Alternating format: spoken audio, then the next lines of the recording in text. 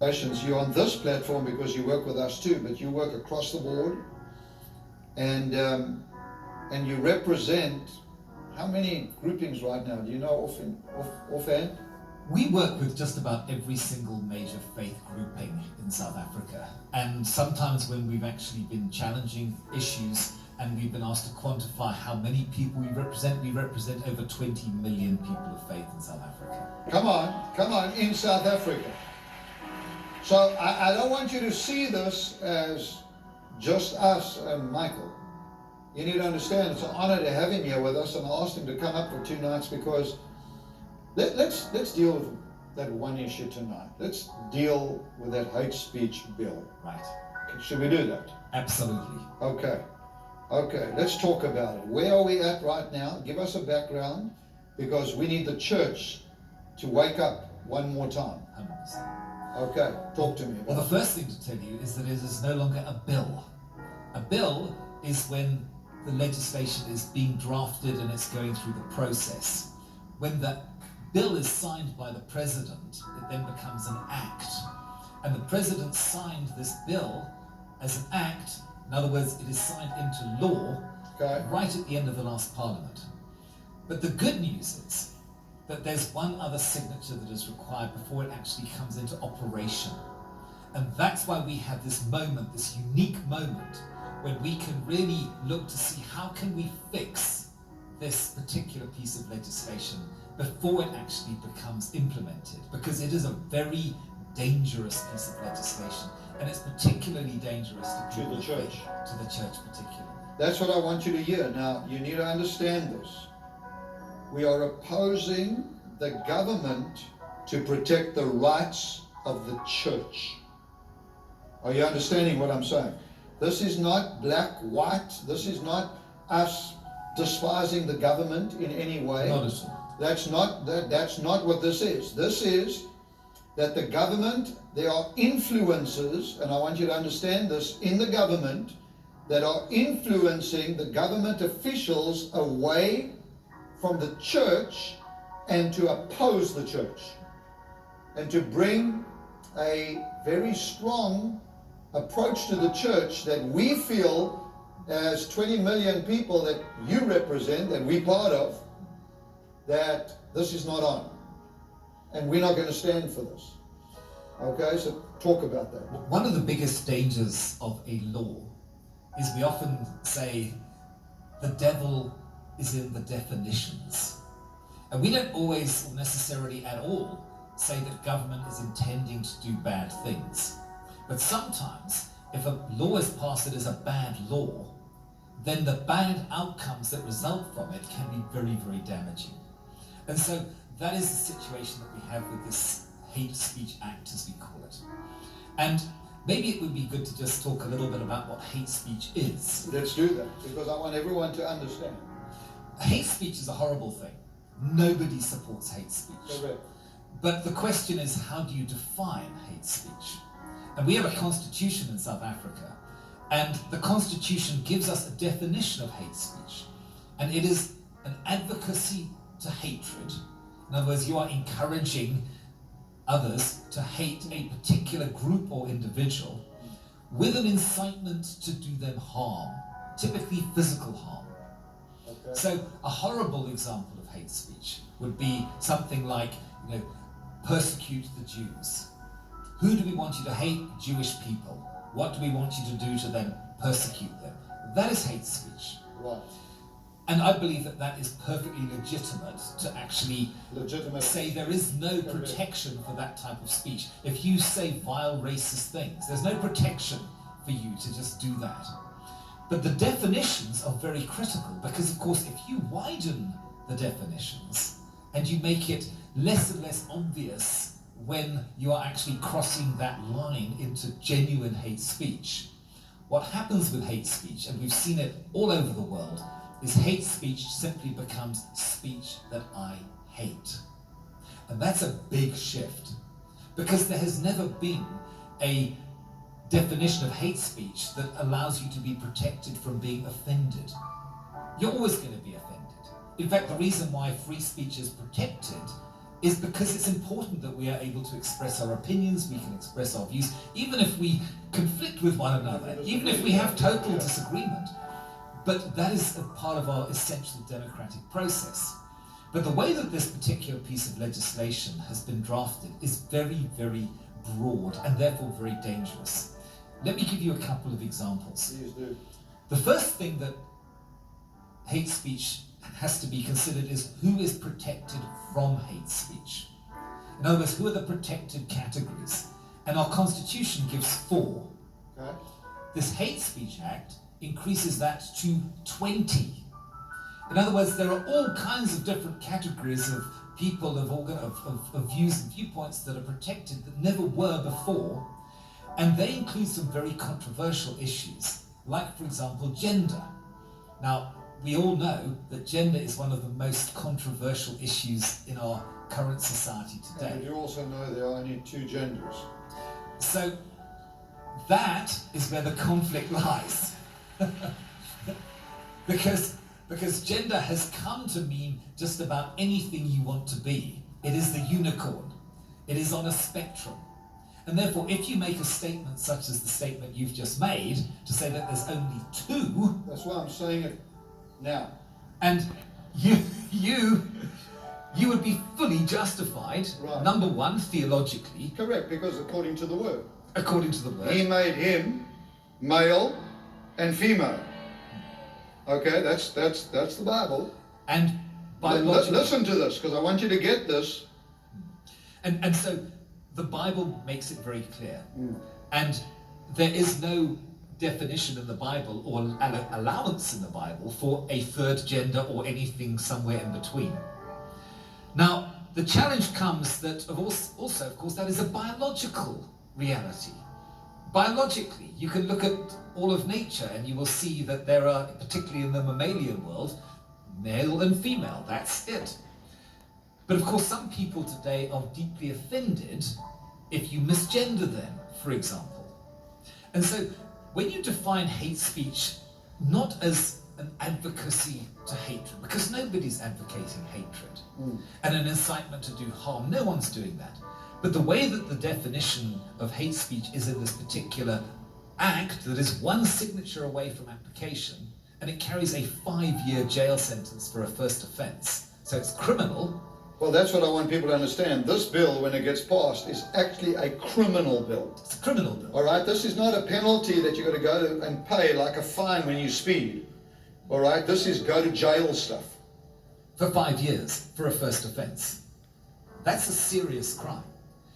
And the definition is that if you say something that causes me, and the exact definition is substantial emotional harm. What is substantial emotional harm?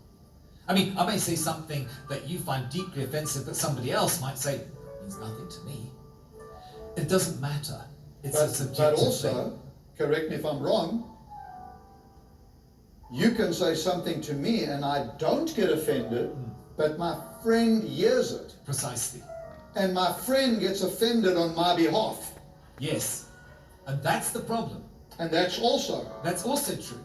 And then if your friend who's offended then talks to some other friend, or perhaps you went and told somebody your viewpoint and they published it on WhatsApp or they put it on their Facebook page, they're just as guilty as you are. So this is like a jumping thing that can actually start to draw in a whole net. And of course, the problem with these definitions is that they can be weaponized. Right. And so somebody might hear a sermon that you preached where you're talking about sex and gender, and they may say that that's deeply offensive to me. The fact that they weren't even in the room, the fact that they maybe heard it somewhere else, or they read it somewhere, or somebody took a transcript, they can then file criminal charges against you and anybody who actually repeated what you said. So this is a very chilling thing. And when I say chilling, it means that, of course, one of the things that is so important, particularly in a criminal situation, is you have to know when you're committing a crime. How do you know when you're committing a crime? Substantial emotional harm, what is that? And another thing which is a definition is if you cause somebody substantial social harm. And social harm is defined as anything that undermines the fabric of South African society. What is that? So you have these highly subjective definitions that you'll never know whether Right. you're going to be offended or not, or whether you've broken the law. Right. Another big problem is this particular piece of legislation, to give it its full title, is called the Prevention of Hate Crimes and Hate Speech Act. But the definition of hate, or hateful, or hatred, is nowhere to be found. And I was on a debate on radio with the Deputy Minister of Justice, a man called John Jeffrey, who's no longer in Parliament. And I said to him, "Sir, how can you have a law which puts you in jail for 5 years concerning hate crimes and hate speech, where you do not give a definition of the word hate, or hateful, or hatred? How do you know if you cross the line?" And his response to me was, "You can look it up in the dictionary." And my response to him was, "Sir, I hate cabbage. I don't like my vegetables. I hate them." When is that hatred sufficient to actually cross the threshold so it becomes a crime that will put me in jail for So 5 I years? get offended that you hate cabbage. Well, it's not quite that broad, but the point is that if you don't have a definition of hate or Right. hateful, Right. how do you even know if you've committed a crime? And so this is a deeply challenging situation, because potentially once a law is passed, and particularly when it comes into force, then even though that law, and we are confident that this is the case, is unconstitutional, in other words, it goes beyond the definition of the Constitution. I gave that at the beginning. It's very objective, the constitutional definition. It's an advocacy to hatred and an incitement to harm, not substantial emotional harm. We're talking physical harm, and it obviously has to have an element of vilification and detestation and really unpleasantness in it. That is the definition, for example, and this is where it gets really crazy. We have a civil hate speech law in the Right. Equality Act in Papuda. Correct. And that, at one point, was very, very broad. But the Constitutional Court said, actually, no, that very broad definition that was in the law itself was so wide that we're going to pull it right back and we're going to define it according to the Constitution. In other words, it's now narrow. That's great. That was a big victory. So here's the crazy thing. It's easier for me to file a criminal charge against you if this criminal law goes through and if the president signs it into implementation. It's easier for me to file a charge that puts you in jail for 5 years than it is for me to sue you and get you to make an apology. How crazy is that? Wow. It's easier to put you in jail for 5 years than it is for me to make you pay a fine and give me an apology. And that's why it's so dangerous.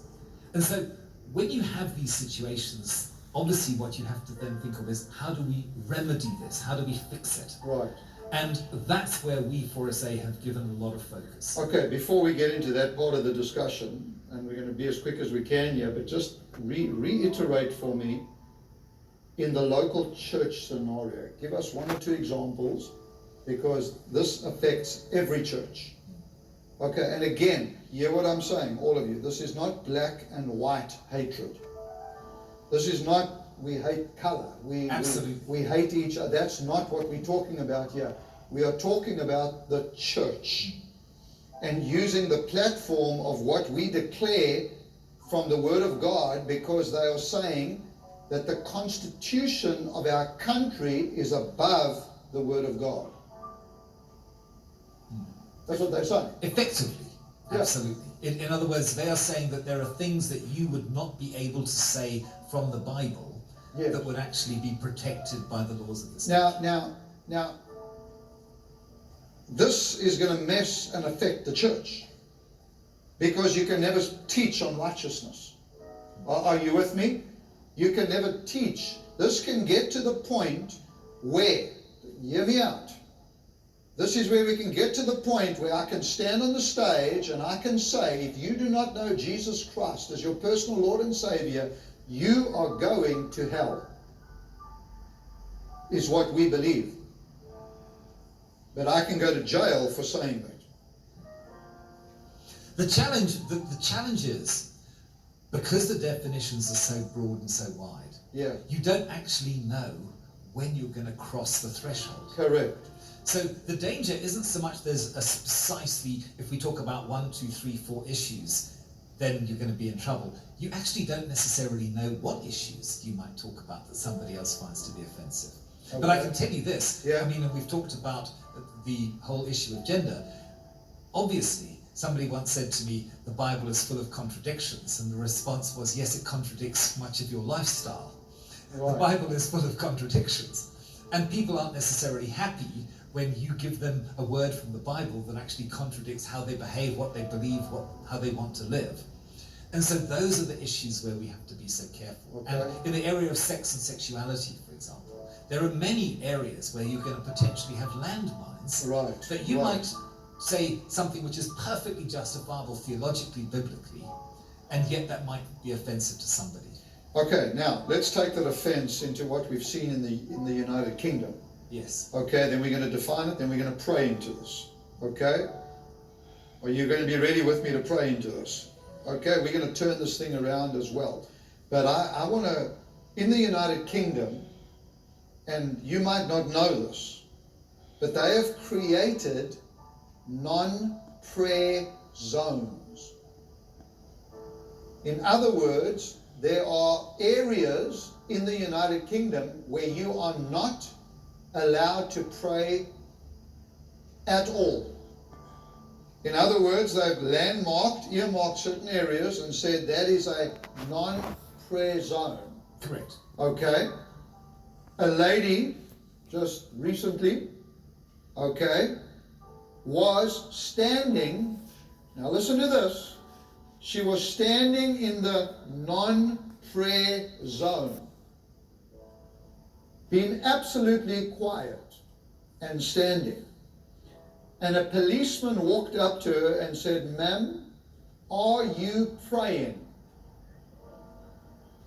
She said to him, I may be silently in my head. "I may be silently in my head praying." And she was arrested on the spot. Absolutely. She was not verbalizing anything. She was not saying anything. But they had made a prayer zone where she could not pray, and because she admitted she was praying in her head, they measure it as the same. In other words, they're going for our thought process. It's a thought crime. It's not even a speech crime. It's a thought crime. Now, those particular zones surround an area around abortion clinics because they do not want